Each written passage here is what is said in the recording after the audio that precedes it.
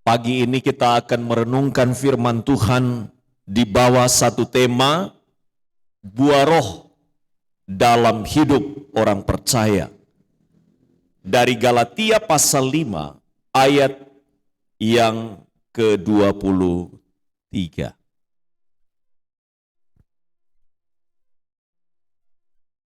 Ayat 22, maafkan saya, ayat yang ke-22.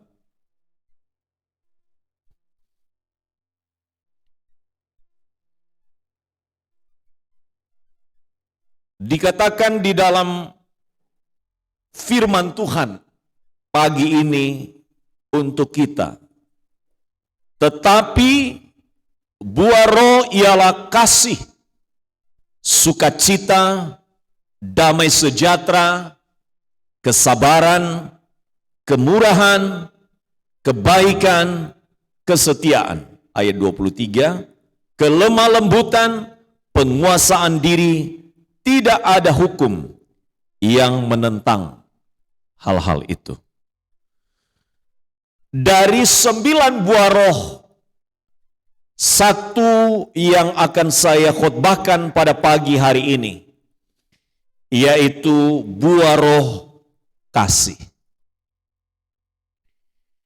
Bapak Ibu, di dalam bahasa teks aslinya memakai kata agape, artinya kasih atau perjamuan kasih. Saudara, kalau kita memahami kasih, maka kita dibawa kepada kasih Tuhan. Tetapi kalau kita berbicara arti perjamuan kasih, itu berbicara juga tentang Yesus yang melayani murid-murid pada perjamuan malam sebelum Yesus disalibkan. Tapi di dalam relasi orang percaya di dalam gereja Tuhan, perjamuan kasih adalah saling melayani satu dengan yang lain dengan motif yang datang dari hati yang penuh kasih. Jadi relasi yang dibangun adalah relasi yang datang dari sebuah hati yang penuh kasih.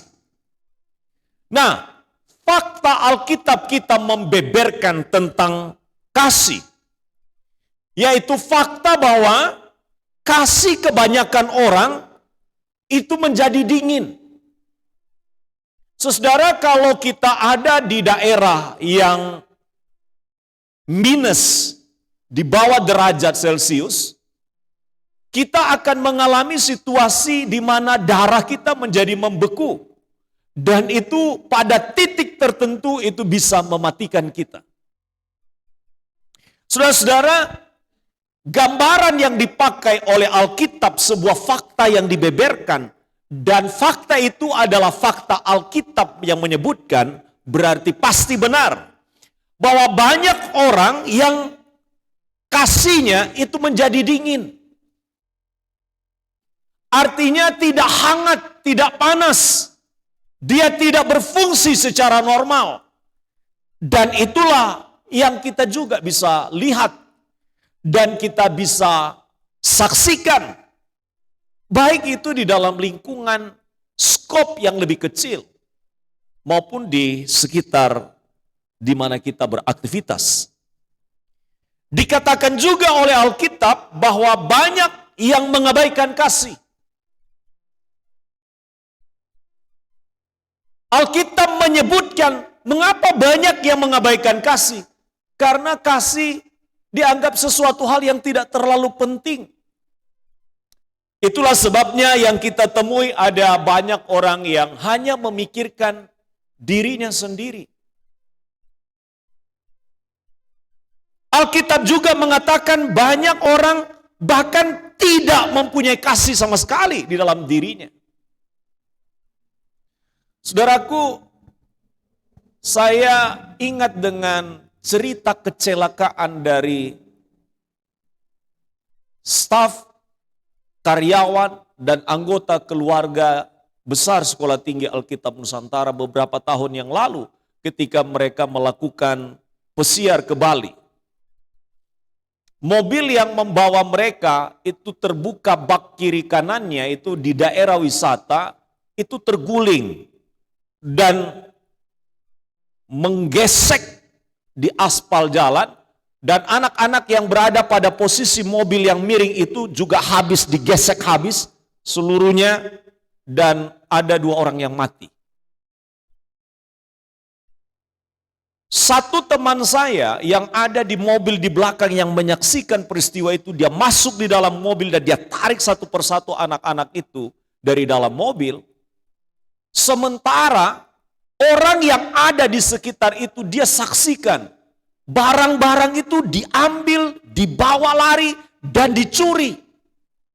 Ini yang disebut dengan orang tidak lagi mempunyai kasih di tengah keadaan yang sangat parah. Harusnya ada belas kasihan mestinya. Artinya orang ini mati perasaannya, mati urat perasaan kepeduliannya terhadap sesamanya, tapi lebih mementingkan diri sendiri. Saudara, dalam situasi yang seperti itu begitu kalut, luar biasa. Mereka pulang dalam keadaan duka yang awalnya adalah sukacita, tapi berubah menjadi duka cita. Ditambah lagi dengan barang-barang yang ada yang mereka bawa itu dibawa oleh orang yang ada bukan untuk membantu, tapi menolong. Inilah fakta. Kita kalau berbicara itu betul-betul pada apa yang kita lihat. Bahwa memang orang mati kasihnya, mati perasaannya. Itulah sebabnya maka banyak juga akhirnya dalam praktek hari-harinya mereka tidak saling mengasihi. Bahkan di tengah-tengah keluarga pun bisa terjadi seperti ini.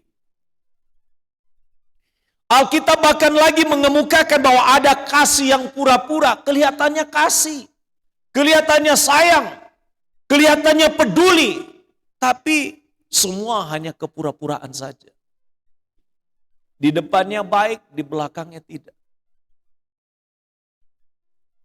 Bahkan Alkitab kita menyebutkan lagi bahwa kasih ada juga yang munafik. Tidak sesuai dengan aslinya. Makanya kasih itu tidak bisa dibuat-buat. Kasih itu harus lahir dari hati kita. Dan kalau lahir dari hati kita itu pasti konsisten. Tapi kalau dibuat-buat, dia hanya semusim dan setelah itu berlalu. Kasih Tuhan tidak seperti itu. Dia konsisten.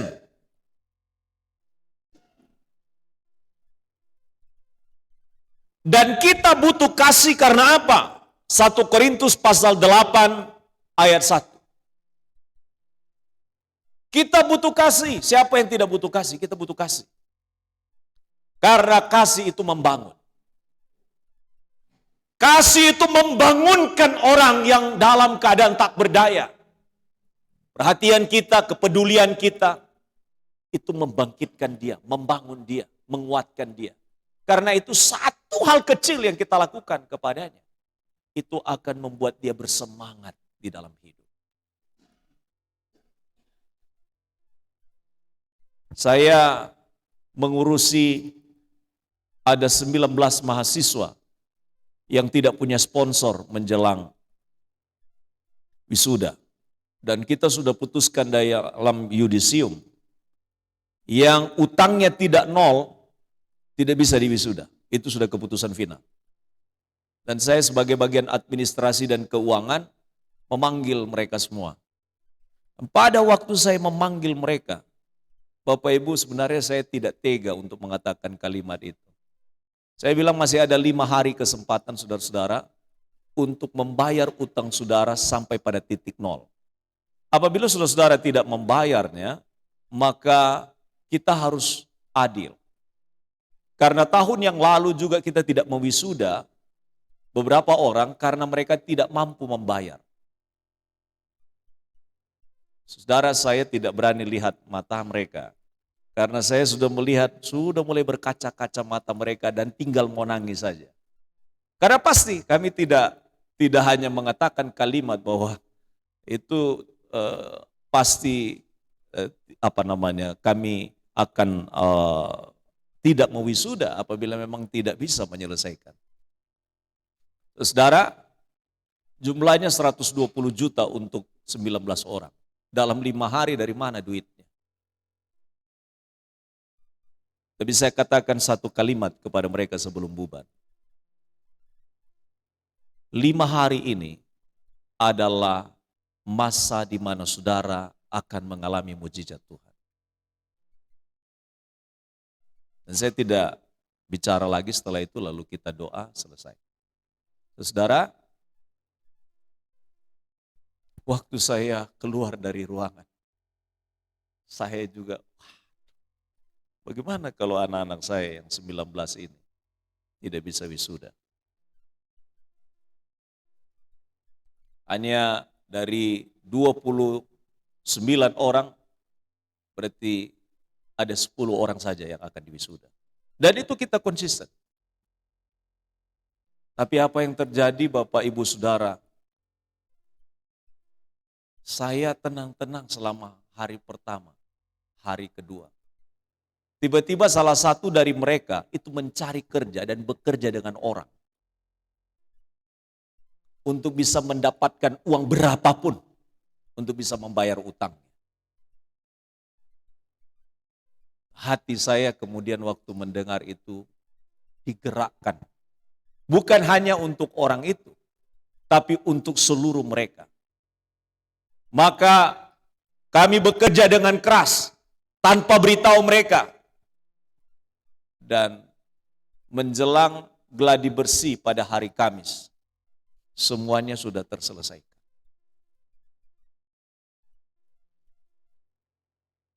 Mereka ada yang menangis di tengah malam, saya telepon mereka, saya bilang besok kamu tidak bisa untuk mengikuti gladi kotor, itu di hari Selasa. Hari Kamis tinggal 5 orang, saya bilang besok tidak bisa ikut gladi bersih, itu keputusan. Ingat baik-baik, jangan datang, itu ketegasan kami. Karena itu akan membebani keuangan yang besar kepada kami kalau tidak selesai. Tapi kamu masih ada kesempatan untuk bisa melihat mujizat Tuhan kalau memang Tuhan buka jalan. Dan terakhir kali yang punya utang 28 juta. Saya telepon dia, saya ada di Salatiga. Saya bilang, Pak bisa wisuda dan besok Bapak bisa mengikutinya. Wah, senang luar biasa. Bapak dan Ibu, kasih kita itu kasih yang bukan hanya sekedar di kata-kata. Mereka sulit sekali di situasi itu. Tidak punya uang sama sekali. Bahkan untuk salon mereka itu sampai bilang begini, Pak bisa enggak kira-kira kami bisa dibantu? Bagaimana jalan keluarnya? Saya bilang, saudara-saudara saya sudah urus di angka 120 juta. Carikan duit. Upayalah bagaimana caranya untuk kebutuhan kalian yang lain. Saudara, seringkali kita hanya sampai pada prihatin, peduli saja apa yang mereka hadapi, tapi situasi itu harus terwujud secara nyata. Kasih itu baru disebut kasih apabila dia mewujud di dalam tindakan. Kita butuh kasih karena kasih itu membangun. Kita butuh kasih karena kasih itu mempersatukan. Kolose 3:14 katakan bahwa kasih itu mempersatukan. Dan kasih itu menurut 1 Tesalonika 3:16 juga menggembirakan hati. Bayangkan Bapak Ibu Saudara, wisuda di depan mata. Antara iya dan tidak di wisuda. Tapi Tuhan itu memberi kepada mereka kegembiraan hati.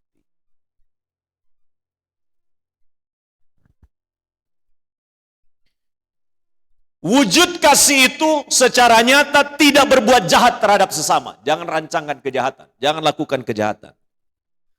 Dia sabar menghadapi setiap keadaan dan dia orang yang murah hati. Karena itu sebagai kesimpulan, dorongan firman Tuhan untuk kita pada pagi hari ini tentang kasih ialah setelah kita bicara tentang kasih, bagaimana kasih, dan bagaimana fakta di lapangan, maka kita harus mengejar kasih. Kita harus mengejar kasih. Mengejar kasih itu artinya kita sendiri ambil inisiatif untuk mengejar kasih. Mengapa? Karena kasih itu yang paling besar yang dihendaki oleh Allah di dalam hidup orang percaya. Kejarlah kasih. 1 Korintus pasal 14 ayat 1. 2 Timotius pasal 2 ayat 22 bicara hal yang sama, kejarlah kasih. Banyak orang tidak memahami bagian ini sehingga kasih itu menjadi sesuatu hal yang tidak diperjuangkan. Kejarlah kasih artinya kita meraih kasih itu untuk hidup kita secara pribadi. Yang kedua, lakukan segala pekerjaan kita dengan kasih. Pekerjaan apapun yang kita lakukan dengan kasih. 1 Korintus 16 ayat 14. Saya ingat tukang yang bekerja memperbaiki lantai asrama kami di stan. Dia katakan, saya melakukan pekerjaan ini bukan untuk Pak Adieli dan bukan untuk Pak Salmon, melainkan untuk Tuhan. Dan saya jawab, Pak Adieli melakukan juga pekerjaan ini, mengurus kampus itu bukan untuk sekolah ini, tapi untuk Tuhan. 2 orang yang saya saksikan mungkin 2 minggu yang lalu atau 1 minggu yang lalu, yang menangis karena 4 rumah yang di belakang itu harus dirobohkan secara mendadak. Dan tidak ada perencanaan. Saya harus urus untuk menyiapkan ruangan untuk mereka. Dan saudara, kemarin saya panggil mereka. Sudah lihat rumah yang ditempati? Sudah Pak, jauh lebih bagus Pak dari rumah kami yang mau dirobohkan. Saya sudah sepakat dengan pemborong, saya bilang, buat lebih baik daripada yang mereka tempati sebelumnya. Supaya mereka hatinya bersuka cita. Saudara, membahagiakan orang lain itu adalah kasih.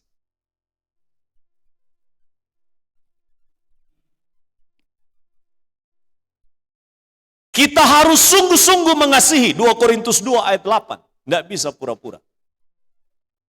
Ini prakteknya. Kita harus bertekun dalam kasih. 1 Timotius 2 ayat 15. Dan yang luar biasa lagi, Filipi 1 ayat 9. Saya minta ditampilkan Pak, Filipi 1 ayat 9. Kasih itu tidak bisa hanya 1-2, tapi harus melimpah.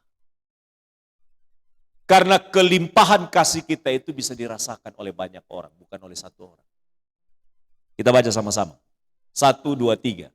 Dan inilah doaku, semoga kasihmu makin melimpah dalam pengetahuan yang benar dan dalam segala macam pengertian.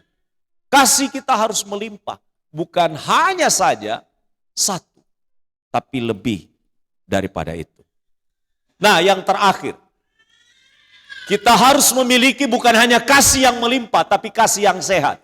Kasih yang sehat itu apa? Tidak ada di dalam kita itu ada titik-titik kebencian, iri hati, dan lain sebagainya. Sudah tidak ada lagi. Yang ada di hati kita adalah kasih yang sehat.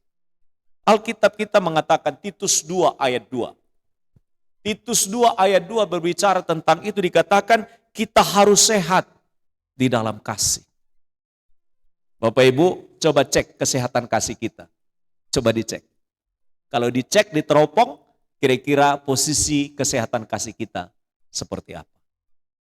Kiranya firman pada pagi hari ini memberkati kita.